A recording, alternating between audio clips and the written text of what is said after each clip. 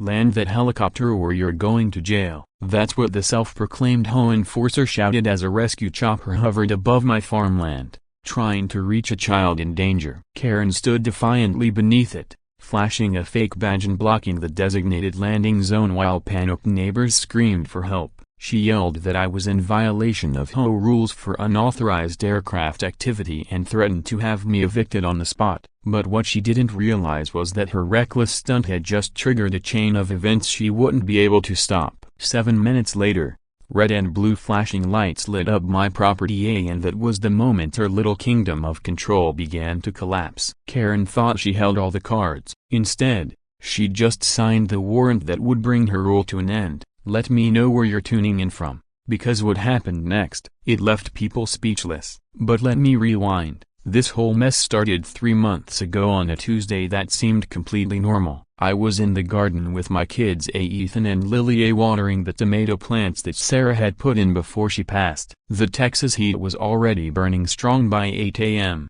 and the usual neighborhood sounds filled the air. Car doors shutting, coffee brewing, and air conditioners humming like tired bees. What I didn't hear coming was the storm of authority in orthopedic shoes marching straight across my lawn. "Excuse me, sir, Jake Fletcher, is it?" The voice cut through the calm like a jagged blade. I turned to see a woman in her early 50s gripping a clipboard like a riot shield, measuring tape clipped to her belt like a sidearm. Her name tag said K. Blackwood, HOA compliance officer, and the cold stare behind her glasses told me she took pleasure in making people miserable. "I'm here regarding violations of Article 8.3 and the Sunset Ridge Estates guidelines," she announced. "Your fruit trees exceed the allowed height of 4 feet near the property boundary." Still holding dirt in my hands, I stood up and looked at her like she was speaking a foreign language. "Ma'am, no disrespect, but this house was built in '87. My wife and I moved in 3 years ago, well before any HOA ever showed up. These trees were planted in the '90s by the former owner." Ethan, who's 12, paused his watering and stepped closer, clearly sensing the tension. Lily, just 9, stayed focused on the sprinkler, blissfully unaware of the bureaucratic showdown happening behind her. Karen adjusted her glasses and scribbled something on her clipboard like she was signing off on an execution. "Mr. Fletcher, I understand this might be confusing, but the Sunset Ridge HOA was officially incorporated in 2019, and our community standards now apply retroactively to all homes inside the zone. You have 48 hours to remove the non-compliant trees or you'll be fined $500. She glanced around at our small, peaceful yard with the expression of a health inspector discovering mold in a gourmet kitchen. "I'll also be performing a full inspection of your property in the coming weeks to ensure full compliance." That night, after putting the kids to bed, I sat at the kitchen table staring at the letter she'd left in my mailbox. It wasn't just a warning, it was a summons. The legal language made it clear. I was being accused of major urban planning violations. It was so aggressive, so official looking that for a moment, I started second-guessing myself. But then I thought of Sarah, how she'd smiled while planting those apple trees, talking about the kids picking fruit every autumn, how she made me promise to keep her garden alive after she was gone. COVID had already taken so much from our family. There was no way I was going to let some petty HOA tyrant erase the last thing Sarah left behind. The next morning, I started digging into who this Karen Blackwood really was. Her Facebook page was a goldmine of red flags, hundreds of rants about community order and property value preservation, along with blurry photos of neighbors' so-called infractions: grass half an inch too long, mailboxes the wrong beige, bikes left out after dark. But what really made my blood run cold were her recent posts about us. She'd been monitoring our property for months, snapping photos of my kids playing in the yard, tracking our daily routines. The timestamps proved she'd been doing this long before she ever introduced herself. Then I found the most disturbing one, a post from 2 weeks earlier, a picture taken through Lily's bedroom window as she got ready for school. The caption read, "Sunset Ridge families must remember that privacy begins with proper window coverings. Community standards apply to children's rooms, too." 43 people had liked the post. 43 of my neighbors saw no issue with her photographing my 9-year-old daughter without our knowledge. That's when it hit me. This wasn't about apple trees or HOA guidelines. This was about domination, obsession, and a woman using a legal loophole to control an entire neighborhood. So I called Marcus Cooper. He lived 2 streets over with his elderly grandmother, Rose. Marcus was a drone engineer, the type of quiet genius who could wiretap a toaster if he wanted a, but he'd kept to himself ever since he moved in to take care of her. "Jake," he said, after I filled him in, "I was wondering when someone would finally call me about Karen. She's been harassing my grandma for months over her rose garden being too fragrant." He leaned in. "But that's not even the worst of it. I found something yesterday that's gonna blow your mind." We met at a coffee shop far from the neighborhood, somewhere Karen's surveillance couldn't reach. Marcus opened his laptop and pulled up drone footage he'd captured during a property survey for his grandmother's insurance. "Look at this," he said, pointing to several black specks in the footage. "Those are cameras. Hidden ones mounted in trees,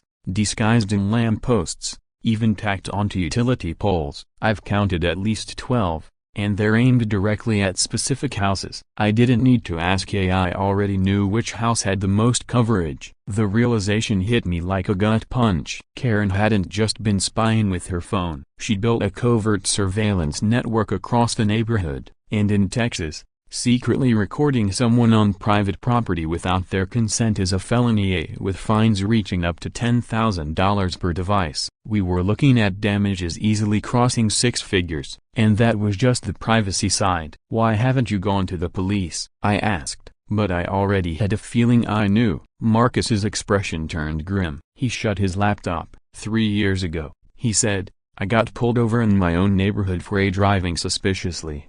Spent 6 hours in county jail while they tore my car apart looking for drugs that weren't there." "Rodriguez is a good man," Marcus said, shaking his head, "but the rest of that department? Let's just say they don't exactly make a distinction between the good Coopers and the bad ones, if you catch my drift." Then his tone shifted. "But spying on kids through their bedroom windows? That crosses a line I can't ignore." Later that night, I uncovered the final piece of Karen's surveillance network. While inspecting Lily's window locks, I noticed something nestled deep in the old oak tree bordering our yard, a tiny camera, no bigger than a matchbox. It was disguised perfectly, weatherproof, bar-colored, and mounted with precision. But what truly chilled me wasn't just the invasion itself, it was the age of the camera. The screws showed months of exposure to the elements. This wasn't new. Karen hadn't just started watching us after the HOA complaint. She'd been spying since we moved in,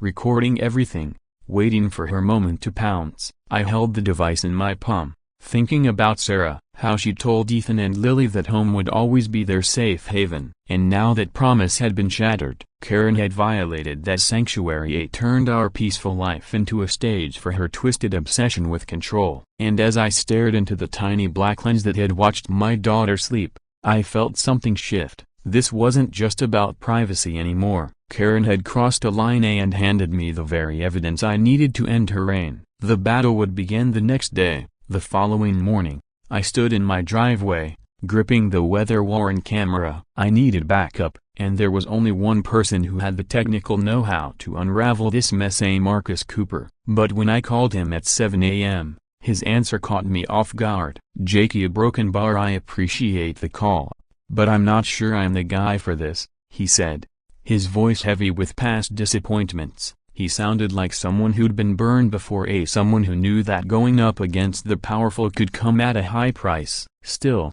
I drove straight to his place. His garage was cluttered with circuit boards, drones, and monitors. His grandmother, Rose, tended to her iconic rose bushes at the ones Karen had labeled too fragrant. The irony wasn't lost on me. The woman wiring the neighborhood with cameras was offended by flowers. "I get why you're hesitant," I told Marcus, holding out the device, "but this isn't just about the HOA anymore. This is about kids." He took the camera, studying it like a surgeon studying an X-ray. "This is military-grade tech, Jake. 6-month battery life, wireless feed, night vision." Someone dropped real money on this setup. He looked up, eyes filled with both anger and fatigue. "You know why I don't trust cops?"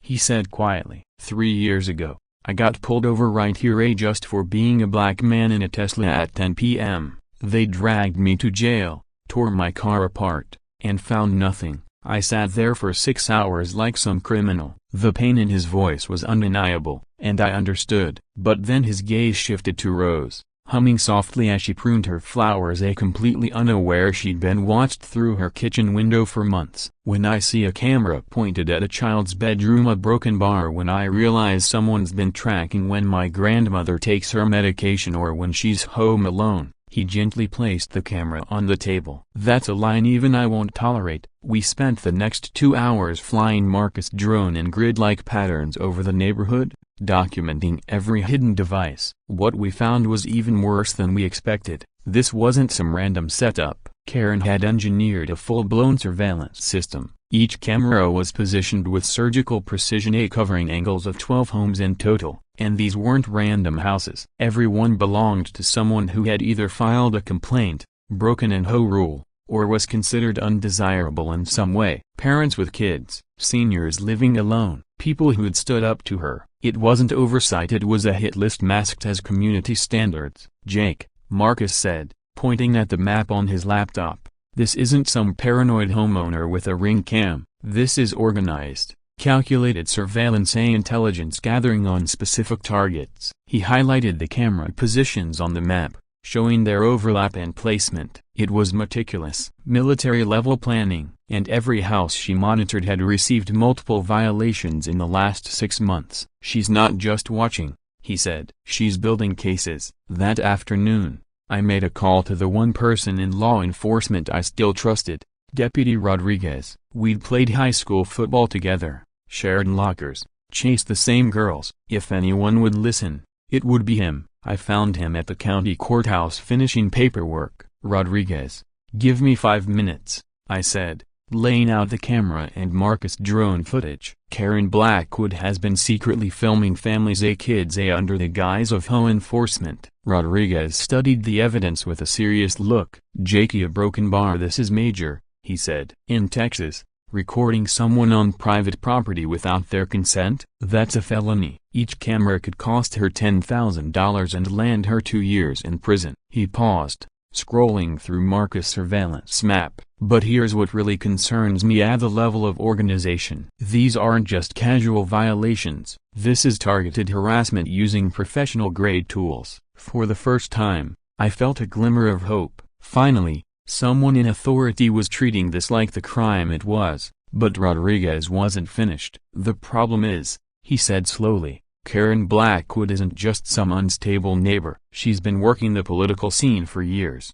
donated to the sheriff's re-election campaign, volunteered at the mayor's charity. She's made herself useful to people who don't like noise." He looked me straight in the eye. "If we're going after her, we can't just prove she broke the law. We have to show that what she did can't be ignored. Not by the press, not by her allies, not by anyone." That evening, as I was installing extra security lighting around Lily's window, my phone buzzed with a new email. It was from Karen Blackwood. The subject line, "Final notice, immediate compliance required." But this wasn't your standard HOA warning. It was a mass email sent to 53 families across the neighborhood. Attached were aerial photos of their properties, complete with detailed lists of supposed violations. Karen had gone public. She portrayed me as the neighborhood menace, accusing me of running dangerous agricultural operations that posed a safety threat to the entire community. What chilled me most wasn't just the smear campaign, it was the tone. The email was written with legal flair,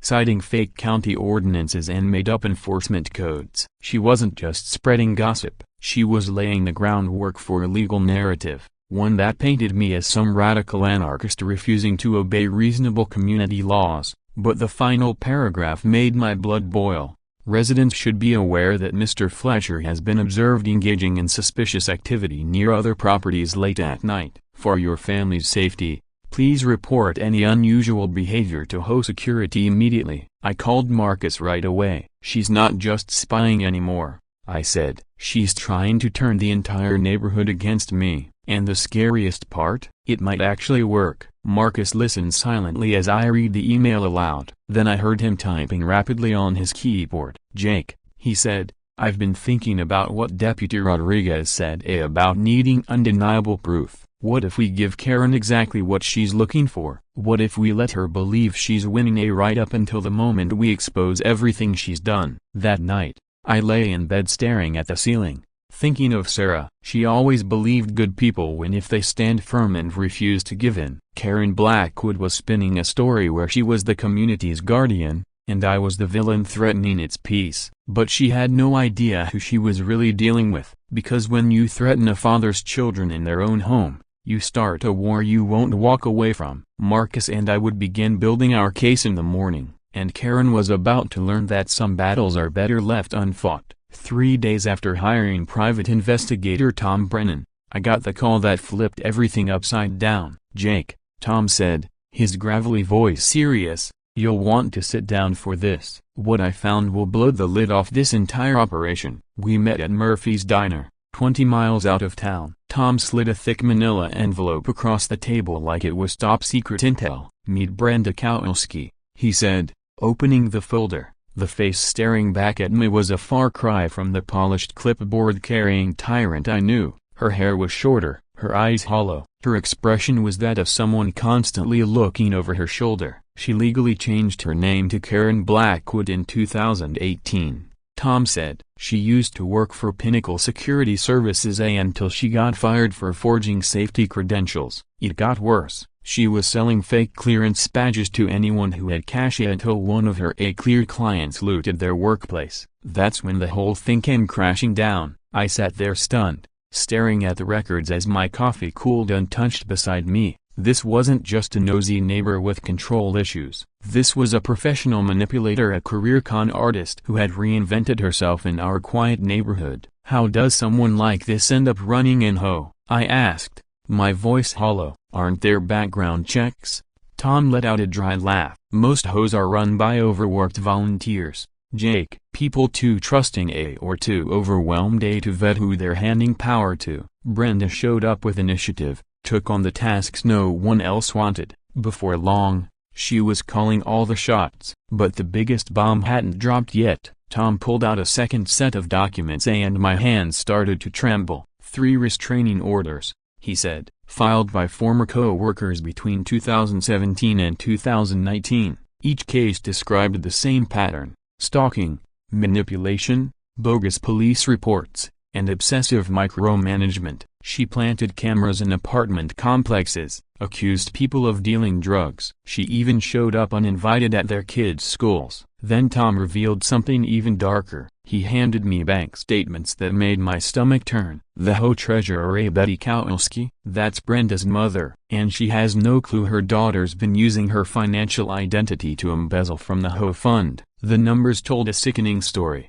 $34,000 siphoned over 18 months through fake repair jobs and bogus invoices. I remembered Betty from home meetings, a soft-spoken, lonely woman who always deferred to her daughter. Now I understood why. "You're telling me Brenda Karen has been stealing from her own mother while draining the neighborhood dry?" Tom nodded grimly. "Betty's been sending money for years, thinking she was helping her daughter recover from hard times. She had no idea she was funding a full-blown criminal operation." That evening, I sat across from Ethan at the kitchen table. He was only 12, but the seriousness in his eyes cut deep. "Dad," he said softly, "some kids at school said their parents think you are causing problems. Are we gonna have to move?"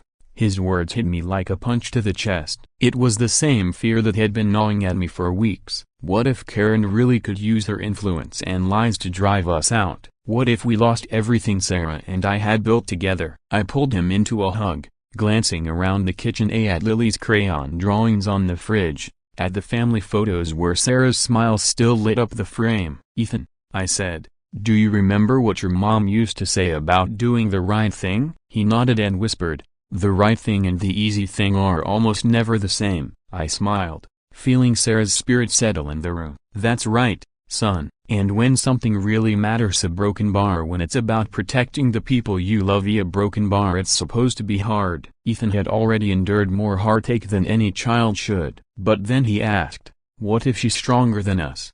Dad, what if she wins?" The fear in his voice was almost too much to bear. Still, it firmed my determination. "Your mom would want us to stand up to people like this, Ethan," I told him. "Even when it's scary, This is our home. She planted those apple trees here, taught you how to ride your bike on this street. Some things are worth fighting for, and our right to feel safe is one of them. Later that night, after the kids were asleep, I made the most critical phone call of this whole ordeal. Betty Kowalski picked up on the third ring, sounding wary and drained. "Mrs. Kowalski, this is Jake Fletcher. I need to speak with you about your daughter, and please, just hear me out before you hang up." There was a long silence. Then she responded cautiously, "Mr. Fletcher, if this is about those HOA citations, I've told Karen she might be going too far, but she doesn't listen to me anymore." "It's not about citations," I replied.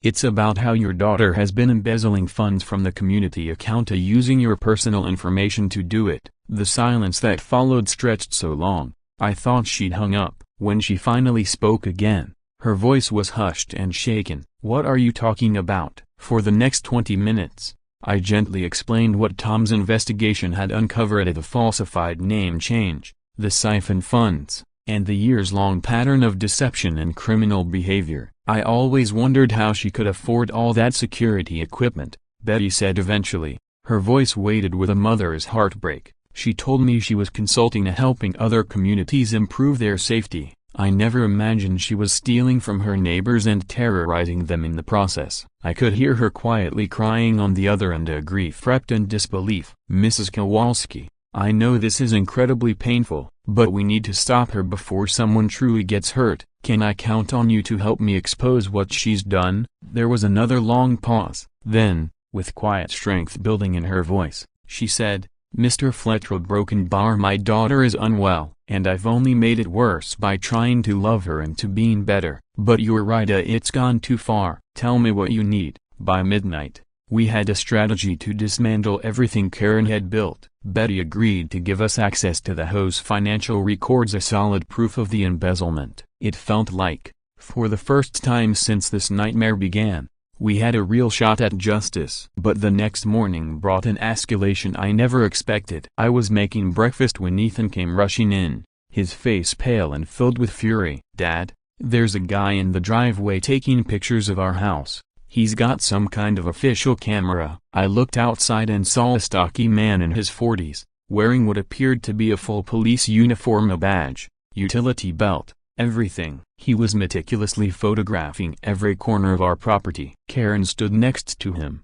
clipboard in hand, pointing out violations like she was leading a tactical operation. I stepped outside to confront Emma, and that's when I got my first look at Trevor Hammerstein, Karen's newest recruit in her suburban crusade. His Ford Crown Victoria was painted to resemble a police cruiser, complete with decals and a light bar. Everything about his setup screamed authority. From his stiff posture to his tactical vest, it was all for show but intimidating nonetheless. "Sir, I'm Chief Security Officer Hammerstein, HOA Enforcement Division," he declared in a rehearsed voice, clearly used to giving orders. "We're conducting a comprehensive security inspection of flagged properties." I looked him over more carefully. At first glance, he seemed official, but up close, the cracks showed. His badge, just a security guard emblem with HOA Police printed on a strip of label tape. His gear, a random collection of mismatched tactical pieces. It looked more like Halloween than real enforcement. "Mr. Hammerstein,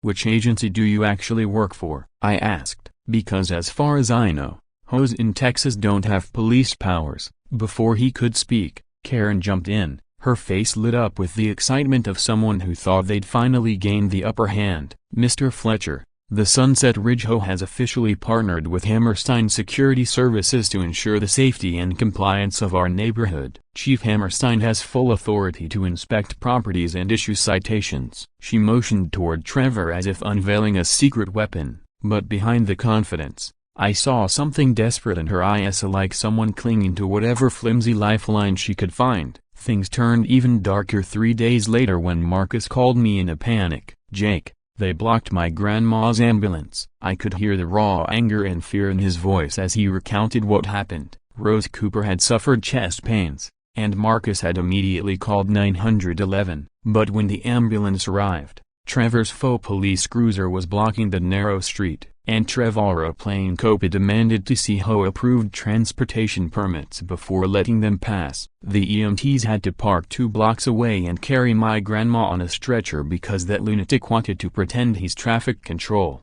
Marcus said, his voice trembling. She could have died, Jake. She could have died because of him. I could hear Rose in the background reassuring Marcus that she was okay, but her voice was faint, weaker than usual, that these people would interfere with life-saving medical care. It was a new low I hadn't imagined. That evening, I showed up at the clubhouse for what Karen had theatrically labeled an emergency community safety meeting. I expected maybe a few residents, but the room was packed. Karen stood at the front like a field commander, while Trevor loomed behind her in his fake uniform, trying to look intimidating. "Residents of Sunset Ridge," Karen began, her voice rich with the overblown importance of someone who had practiced this speech in the mirror far too many times. "We are facing an unprecedented as she poses a direct risk to our neighborhood safety and overall property values." Karen clicked through a PowerPoint presentation so absurd, it would have been hilarious if it hadn't been so calculated and cruel. Slide after slide showcased pictures of my home,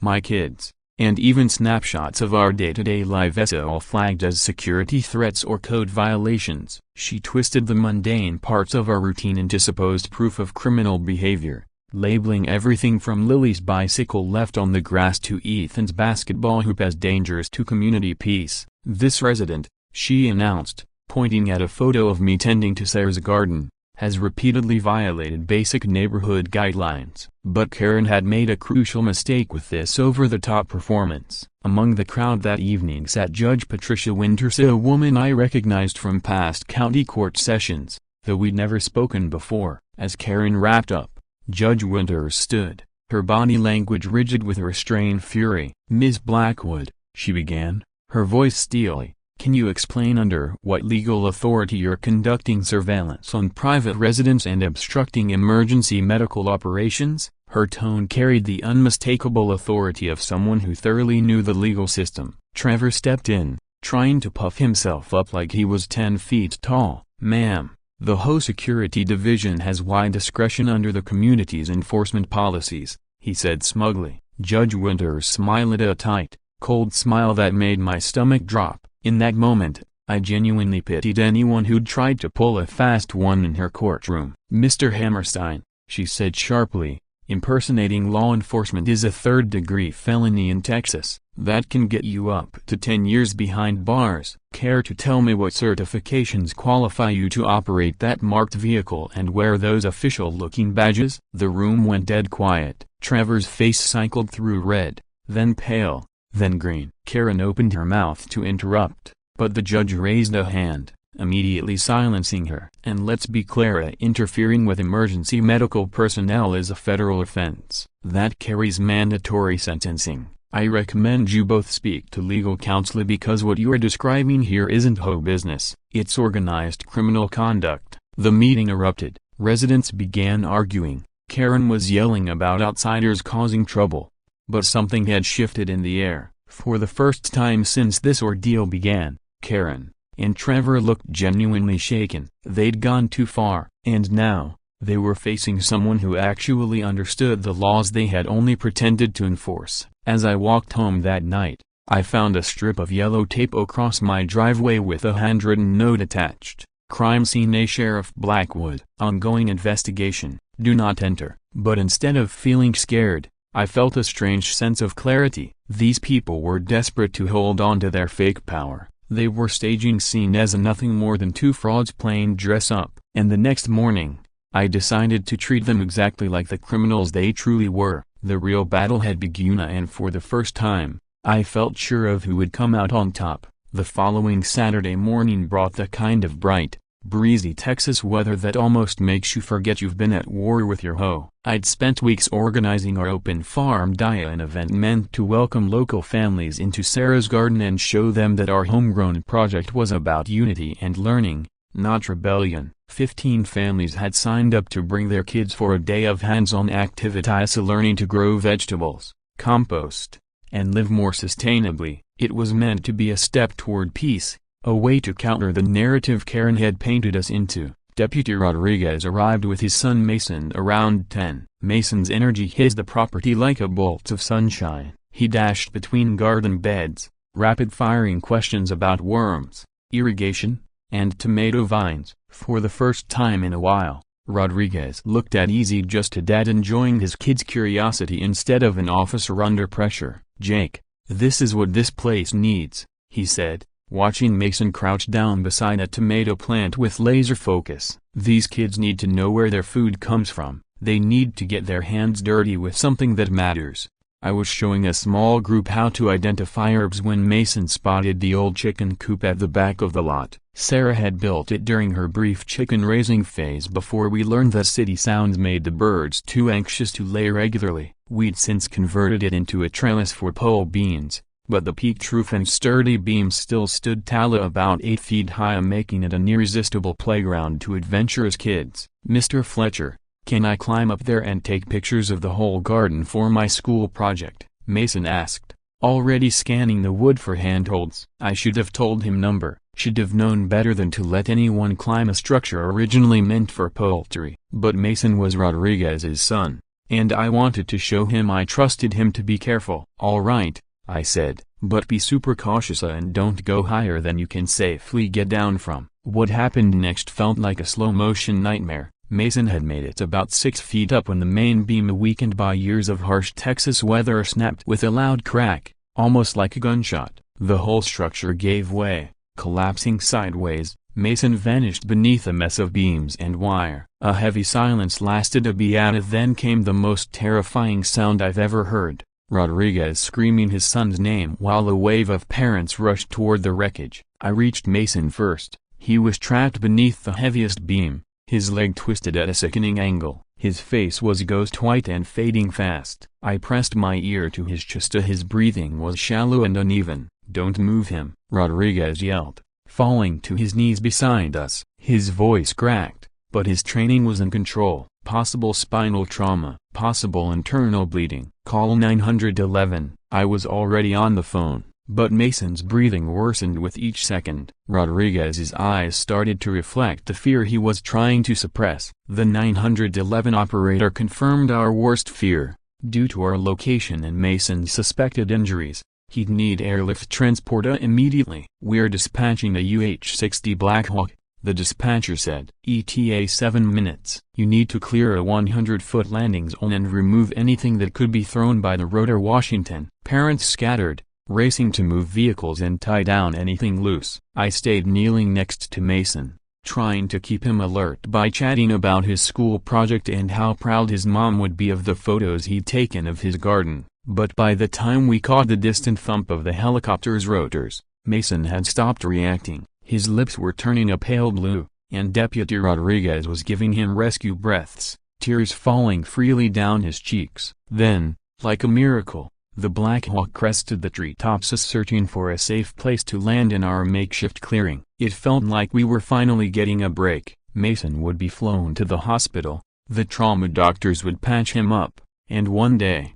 all of this would just be a terrifying memory we looked back on. That's when Karen Blackwood appeared from behind the barn like some twisted suburban guardian, marching straight into the helicopter's path with her clipboard raised high above her head like it was a traffic sign. She was shouting, but between the rotor noise and the panic, I couldn't understand a word. The pilot circled once, clearly unsure what to make of this woman standing smack in the middle of his landing zone. Meanwhile, Mason was fading fast, and Deputy Rodriguez looked seconds away from falling apart. I ran toward Karen, fully prepared to drag her out of the way if needed, but then she stepped back and held up what looked like a badge. "I'm Sheriff Blackwood, HOA Enforcement Division," she bellowed over the roar of the blades, her voice teetering on the edge of madness. "Unauthorized medical aircraft must have HOA approval. Land that chopper and you're all going to jail for violating airspace laws." The pilot's voice came over the radio, tense. "Dispatch, we've got a civilian obstructing a medevac operation," claims law enforcement authority, "blocking our landing site." And then I did something that shifted everything. I pulled out my phone, went live on Facebook, and started streaming the madness for the world to see. Within seconds, other parents around me followed suit, filming Karen's meltdown while Mason's life slipped away in the background. "He's dying. Move," I screamed at her, but Karen stood her ground, brandishing that bogus badge like it gave her real power. The pilot made another attempt to land, hoping she'd back off, but she stepped right beneath the aircraft, forcing him to abort and go around again. By now, Mason wasn't breathing at all. Deputy Rodriguez was deep into full CPR while the rest of us live-streamed the chaos. The #SaveMason had already started trending locally when dispatch responded to the pilot with words that would echo in Karen Blackwood's life forever. Federal interference protocol initiated. SWAT en route for obstruction of emergency services. In the distance, we could already hear the sirens. Karen had finally crossed a line she couldn't step back from. This wasn't about neighborhood rules anymore. She had endangered a child's life, and there would be no redemption for that. Karen looked around at the phones recording her, at the parents whose expressions left no doubt how they felt, and at the helicopter circling overhead, still waiting to land and save Mason. For the first time ever, she looked shaken, like she just realized the dangerous stakes of her little power game. But it was far too late. Her reign was crumbling faster than she could comprehend. The sound of armored vehicles drew closer, like distant thunder rolling over the land. But Karen stayed rooted in place, waving her fake badge and still yelling about airspace violations while Mason lay lifeless behind us. What none of us knew at that moment was that the FBI had been secretly investigating the Sunset Ridge HOA for 6 months following a lead on a fraud ring that had landed on the desk of a federal task force that specialized in corrupt homeowner associations. Suddenly, 4 black tactical vehicles tore across my property, followed by 2 more helicopters that touched down in the nearby field. More than 30 federal agents, fully geared for combat, deployed with exacting precision. In seconds, my quiet little farm looked like the backdrop to an action blockbuster. Their lead officer, a stern-faced woman whose name tag read Torres, approached Karen with the calm, commanding presence of someone who'd faced down real threats. "Ma'am, step away from the landing area immediately," she said, her voice firm and absolute. Karen, deep in her fantasy world, took a step closer to the descending helicopter and shrieked, "I am the duly elected sheriff of this community. You are in violation of HOA Code 12C. Show me your permits." The image of a suburban HOA president trying to arrest federal agents might have been hilarious if a child's life wasn't hanging by a thread. Commander Torres gave a subtle signal, and 2 agents flanked Karen while a third examined the badge she was brandishing. "Ma'am," one of the agents announced loud enough for all of us to hear, "this is a plastic toy badge at $12.99 on Amazon. You're not law enforcement, and you're currently interfering with a federal medical operation." A wave of shocked gasps spread through the crowd, but Karen wasn't done humiliating herself. "I want to speak to the manager of the FBI," she screamed, even as agents gently pulled her away from the landing zone. Her voice reached a screeching level that probably startled wildlife across the entire valley. Finally, the medevac helicopter was able to land. The trauma team rushed in with equipment that looked like it belonged on a spaceship. In moments, they had Mason stabilized, loaded onto the chopper, and airborne headed for the trauma center. Parents erupted in cheers. Deputy Rodriguez climbed aboard, never letting go of his son's hand. The real spectacle was only beginning, as Karen launched into a rant about supposed federal overreach and how it violated HOA sovereignty. Commander Torres was already in motion, coordinating with backup teams staged near the HOA clubhouse 3 miles away. "This is Torres. We've secured the subject at the primary location. Begin the authorized search of the secondary site." She turned toward the crowd of baffled onlookers and said something that made my stomach turn. "Ladies and gentlemen, what you saw today is just the surface. What we're about to uncover will shake the foundation of your whole leadership." The SWAT team rolled toward the Sunset Ridge Community Center like a convoy of justice, and half the neighborhood followed them by car, eager to see what was coming next. Trevor Hammerstein was already in the parking lot, still wearing his ridiculous fake cop outfit. Apparently, he still believed he could talk his way out of the unfolding disaster. Striding up to Commander Torres with unwarranted confidence, he declared, "Officer, I'm Chief Hammerstein with HOA Security Services. I think there's been a misunderstanding. Torres looked at him the way one might study a bug under glass, mildly disgusted, not remotely impressed. "Mr. Hammerstein," she said coolly, "you're under arrest for impersonating a law enforcement officer, obstructing emergency medical services, and roughly 15 other federal offenses we'll go over at headquarters." Even as he was being cuffed, Trevor kept insisting that whole law overrode federal law. Authority still lost in a fantasy world that had just crashed into harsh reality, but the true horror was waiting below ground. Once the SWAT team breached the basement of the clubhouse, they found what could only be described as a full-blown suburban surveillance command center. More than 20 monitors showed live camera feeds from all over the neighborhood, including inside private homes, bedrooms, and family spaces that no outsider should ever have had access to. This wasn't simple voyeurism, it was intelligence collection on a massive scale. Each screen was marked with family names and coded threat levels: green for compliant, yellow for potential trouble, red for high-priority targets. A voice came crackling over Torres's radio. "This is Agent Martinez from Cybercrimes. You need to see this server room. They've built an AI system with facial recognition, predictive movement patterns, plate readers, and psychological profiles on over 200 families." The level of tech was so advanced, it felt like something out of a sci-fi thriller. "And knowing Karen had used it to track my children made me physically ill." Yet there was worse. Behind a concealed wall in the basement, agents uncovered a small arsenal that could rival a private militia. 30 semi-automatic weapons, tactical gear stamped HOA enforcement,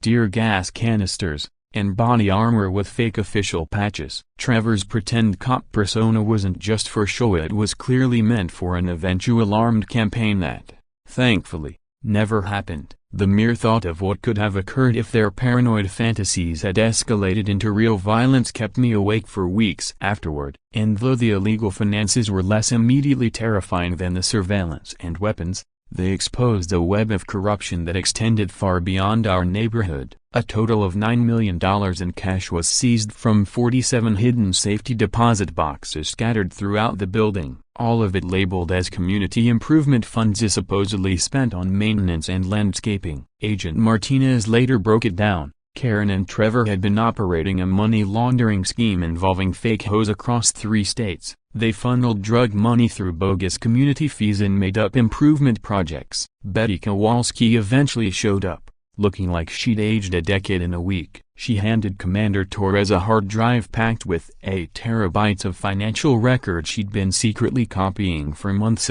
each file documenting fabricated invoices, phony transactions, and the fraudulent assessment charges her daughter had orchestrated. "My daughter is not well," Betty said quietly. "I should have intervened years ago. I kept hoping she'd recover. I never imagined it had gone this far." The final piece of Karen's twisted empire was revealed when agents accessed her personal computer. There, they found a chilling document titled Operation Clean Sweep. It outlined a calculated plan to push out 47 non-compliant families using a combination of harassment, false legal complaints, and orchestrated events designed to make them leave. At the very top of the list, my family. Our file was marked with disturbing notes about psychological triggers and optimal timing for maximum impact. As Karen was loaded into a federal transport van, still screeching about constitutional rights and demanding to speak to someone higher up, I felt something I hadn't in months: genuine peace. The same woman who had turned our neighborhood into a surveillance grid,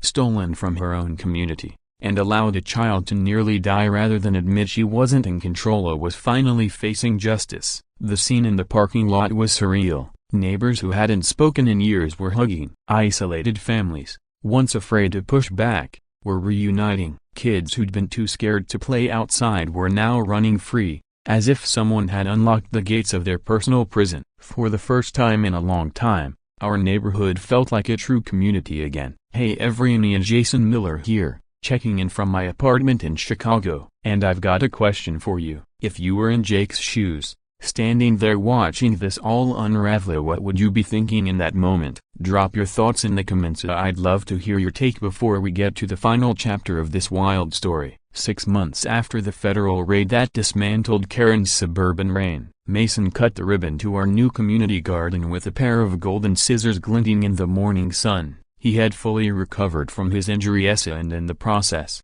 gained a bit of local fame, known now as the boy who survived Karen's last chaotic stunt. It wasn't lost on me how ironic it was that the same woman who tried to ruin our small farm had inadvertently pushed us to build something even greater. The federal case against Karen Blackwood, also known as Brenda Kowalski, played out like a real-life thriller. She was slapped with 25 federal charges, including racketeering, money laundering, stalking, and large-scale fraud across 15 states, far more than the 3 we originally uncovered. The FBI's investigation traced her criminal ring back to 2015, uncovering a highly organized scam that stole over $50 million through fake HOA fees and imaginary improvement schemes. Her grand finally raving about the FBI while blocking a dying child's evacuation ended up becoming the most viewed body cam clip in federal law enforcement history. As for Trevor Hammerstein, he received a 12-year prison sentence. His fake police cruiser was sold at auction, with proceeds going to the victims he had terrorized. The highest bidder turned out to be Marcus Cooper, who painted the car neon pink and donated it to a children's charity. Today, it rolls through town during parades, packed with laughing kids waving from the windows. Every time I see that absurdly pink car cruising by, I'm reminded that justice sometimes has a sense of humor. The financial restitution was nothing short of incredible. The government recovered $2.3 million tied directly to the funds stolen from our community and redistributed it to the 127 families who had been defrauded by their own HOA. Our family used our portion to transform the land into a fully functioning community garden, complete with educational programs, composting classes, and a produce stand that donates fresh food to local food banks. Sarah would have been overjoyed to see her once humble vegetable patch become a gathering place where neighbors learn, grow, and support one another. One of the most satisfying developments was the total collapse of the Sunset Ridge HOA. With Karen's manipulative leadership and Trevor's pretend authority out of the picture,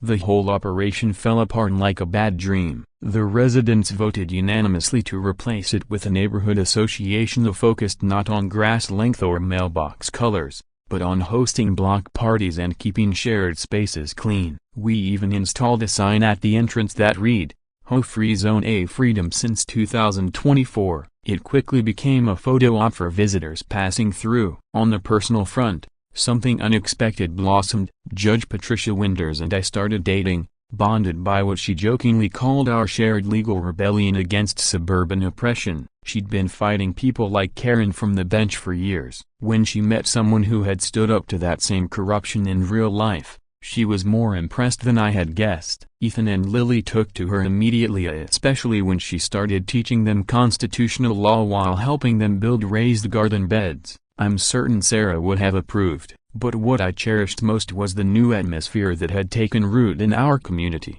Gone were the hidden cameras, the fake police patrols, and the ever-present fear. In their place, something almost forgotten had returned: trust. Kids played freely again, neighbors spoke openly, families made their own choices about their homes without constantly looking over their shoulders. On this beautiful Saturday morning, while Mason, Lily, and Ethan raced through the garden, I pulled an envelope from my coat pocket. It had arrived 2 days ago, bearing the seal of the Nationwide HOA Alliance and addressed to me personally. Inside was a simple letter: Mr. Fletcher, we represent 23 neighborhoods currently dealing with issues similar to what you faced in Sunset Ridge. We've heard about your success and we need your help. I glanced around, families working the garden, children laughing, Patricia guiding teens through a lesson on constitutional rights as they planted tomatoes. Then I folded the letter and tucked it back into my pocket. Well, I said to myself, looks like this little garden just became something bigger. The war on suburban tyranny wasn't over, but for the first time, it felt like we were actually winning. Have you ever felt powerless against someone misusing their authority? Witnessed bullies hiding behind phony rules to target innocent families? Jake's journey shows that even ordinary people can rise up and defeat corruption, no matter how overwhelming it seems. Every Karen Blackwood thinks they're untouchable, until someone brave steps up with proof and the power of community. Your voice matters. Your story matters. If this resonates with you, Give us a thumbs up and subscribe to Ja Story SA for more powerful stories where justice triumphs over abuse. Another HOA saga wrapped up and you came through it like a champ. Thanks for watching Ja Stories, where the drama is real and the red tape is ridiculous. Catch you next episode. More HOA madness awaits.